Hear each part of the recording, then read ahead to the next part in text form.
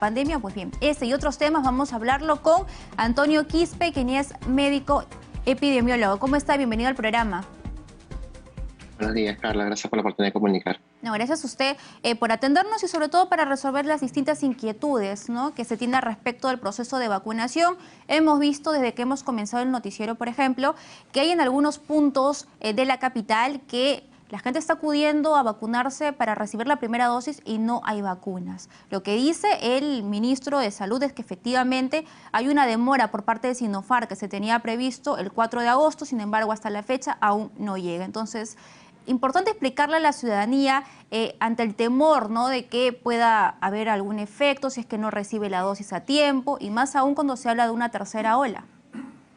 Exacto, ¿no? Lo importante, lo que estamos comunicando ahora es de que esta semana vamos a priorizar todo lo que es cierre de segundas dosis y por eso lo que tienen que hacer toda la ciudadanía es verificar el padrón de Pongo el Hombro para que verifiquen su fecha y lugar de vacunación.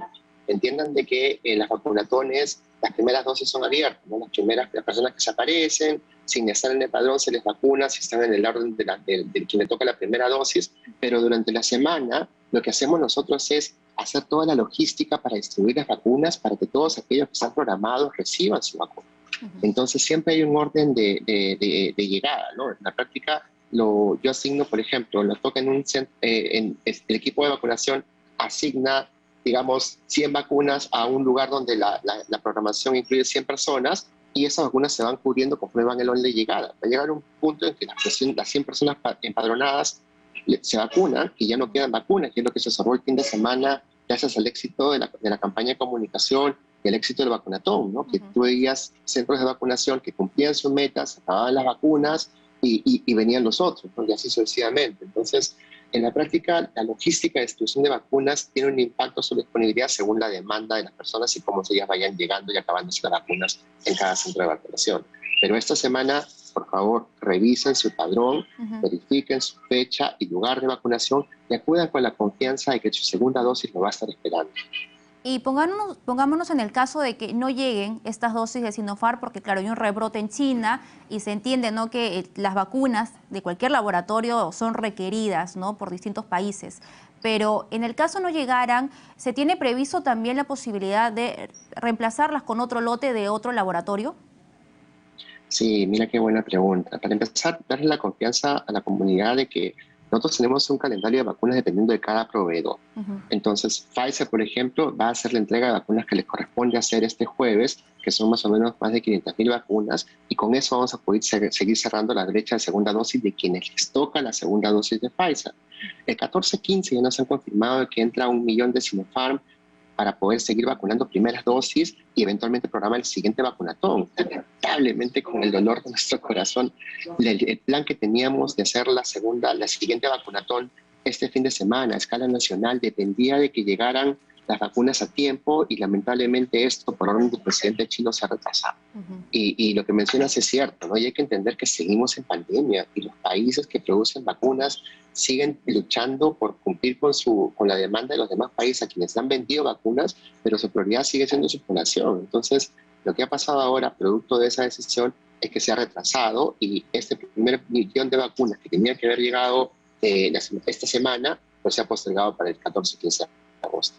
Importante lo que mencione y a propósito de una entrevista que tuvimos hace unos días con el viceministro de Salud, Gustavo Rosell, él nos mencionaba, y esto es importante porque cuando uno compara Lima con otras regiones como Tacna, por ejemplo, que ya están en los 20, entonces es importante cuando uno hace la comparación y dice, claro, se entiende que la densidad poblacional es distinta, Lima no es lo mismo que Tacna, ¿no?, por la cantidad de población que hay, pero el avance tan rápido, ¿no?, también en otras regiones. Él lo que mencionaba es que en algunas regiones, por bajar el grupo etario, terminan usando las dosis que se les había enviado a otros grupos y se quedan sin vacunas. Entonces también es un trabajo que debe darse de forma integrada con las regiones, si bien hay una necesidad por vacunar a toda la población, pero no se puede dejar sin la segunda dosis a los que ya recibieron la primera porque hay un calendario.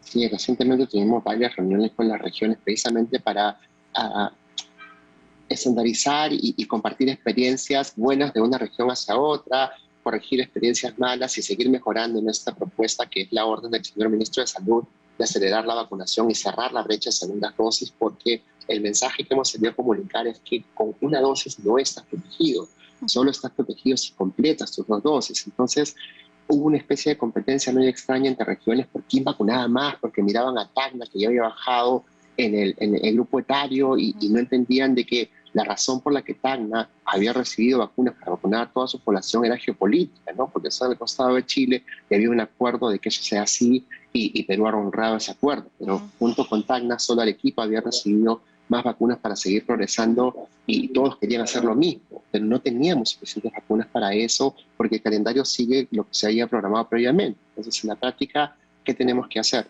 Pues sensibilizar a las regiones de que si usan las dosis que tienen para seguir acelerando primeras dosis, lo que va a faltar, ¿qué cosa es?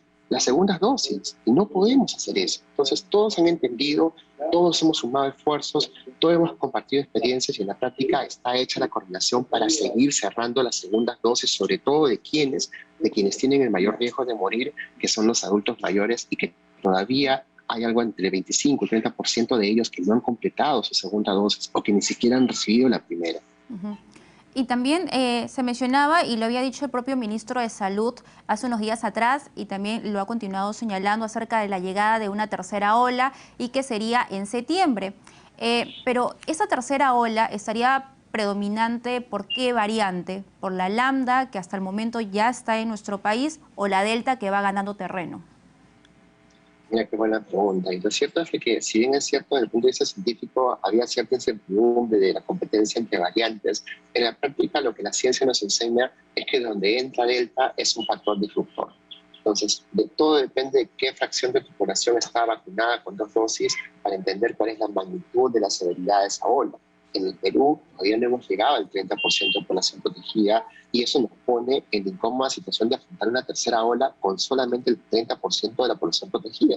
Comparando con otros países que enfrentan sus olas con 60%, 70%, y ves cómo los casos se disparan de manera casi vertical, y su sistema de salud, que son de países desarrollados, pueden responder a esa demanda. En nuestro caso no es lo mismo, y que es importantísimo entender que esta, que es tu KN95, tu doble mascarilla, es tu principal herramienta para protegerte de la infección. Entonces, lo que hay que comunicar a la población es que, si bien es cierto, vamos a seguir haciendo el esfuerzo que se está haciendo en el MINSA y todos los que están colaborando en regiones para seguir progresando, cerrando brechas de segunda dosis, cerrando brechas de regiones y vacunando a la mayor cantidad de población posible, no podemos bajar la guardia. Y sí, solo sí, todos seguimos usando doble mascarilla o KN95, vamos a contener la transmisión, que es prevenir la mayor cantidad de casos. Y en ese contexto, ¿cómo se puede desarrollar el anuncio del presidente Pedro Castillo sobre el retorno a clases en el 2022? Porque también hay un tema importante a considerar, ¿no? Es la infraestructura, ¿no? Porque incluso también se señaló que debido a que muchos padres de familia habían perdido el empleo con esta pandemia que ha afectado a todos, ¿no? Sobre todo los bolsillos, pues muchos alumnos han tenido que dejar los colegios particulares y ser trasladados al colegio público. Entonces, cuando tengan que reincorporarse a clases, ¿cómo se va a dar ese tema para evitar las aglomeraciones? El presidente Castillo es un docente, ¿no? Y en conversaciones con el MINSA, con el MEF, bajo su liderazgo, pues la orden ha sido literal, ¿no? Vamos a hacer todo lo que está en nuestras manos para poder regresar a clases presenciales en el 2022. Pero eso pasa primero y más urgente por acelerar el calendario de vacunación y alcanzar la inmunidad colectiva, que va a evitar que los profesores estén en riesgo, sobre todo aquellos que sufren una comorbilidad o sufren alguna, o son adultos de mayores de 50, 60 años. Entonces, en la práctica, todo es ese esquema de priorización de intervenciones que nos va a permitir salvar la mayor cantidad de vidas y prevenir la mayor cantidad de casos. Eventualmente vamos a poder tomar otras decisiones, pero ahorita lo más urgente es prepararnos para la tercera ola, que no es el próximo año, es este año. Si conseguimos la meta, que es alcanzar la inmunidad colectiva, como se ha propuesto antes de diciembre, vamos a poder reabrir los colegios el próximo año, preocupándonos por mejorar las condiciones en las que los niños van a regresar a los colegios, recuperando todas las brechas de agendas académicas y todas las metas del Ministerio de Educación, y estamos colaborando activamente con el Ministerio de Educación para cerrar la brecha de vacunación de los docentes y de su población en general. Entonces, tenemos que trabajar todos juntos con una sola meta, y esto es salvar la mayor cantidad de vidas. Y para lograr esa meta también es importante despojarnos, ¿no? Los ciudadanos, acerca del temor de no hacer caso a estos ruidos, que mellan en la confianza de las vacunas, sobre todo la de Sinopharm, que lo hemos visto en reiteradas oportunidades, muchas voces, ¿no?, que han venido tergiversando la información que se tenía, ¿no?, estas noticias falsas. Entonces, ¿cuál sería el mensaje a la población? El mensaje es que existe, si bien es cierto, algunos individuos o personas muy miserables que mienten para decirte que no te vacunes. Por X razones, y todas son mentiras, ¿no? Que las vacunas son agua destilada, que vienen con un chip, que te van a convertir en un celular y cosas así. Es importante comunicarles buena información. El esfuerzo que tenemos que hacer como Estado para contradecir esa mala información, lamentablemente, es como 20 comparado con el esfuerzo que invierte esta gente en hacer tanto daño a la salud pública. Pues tenemos que hacer ese esfuerzo, pero para ello no estamos solos, estamos unidos todos, la comunidad, y más importante es el boca a boca, porque hay que recordar que, si bien es cierto, hemos hecho una campaña muy fuerte en alianza con los medios de comunicación, en redes sociales. Todavía hay una fracción muy importante de adultos mayores, de poblaciones alejadas, de poblaciones indígenas, cuyo principal medio de comunicación es el boca a boca. Entonces, la invitación a todos a compartir buena información, y a no compartir mala información, videos de TikTok, Facebook, Twitter, cantidad de cadenas que circulan con una cantidad de mentiras impresionante que parece mentira, mellan y atentan contra la salud pública de las personas que quieren vacunarse, que quieren salvarse la vida en esta tercera ola. Muy bien, muchísimas gracias por esta entrevista. Ha sido con nosotros Antonio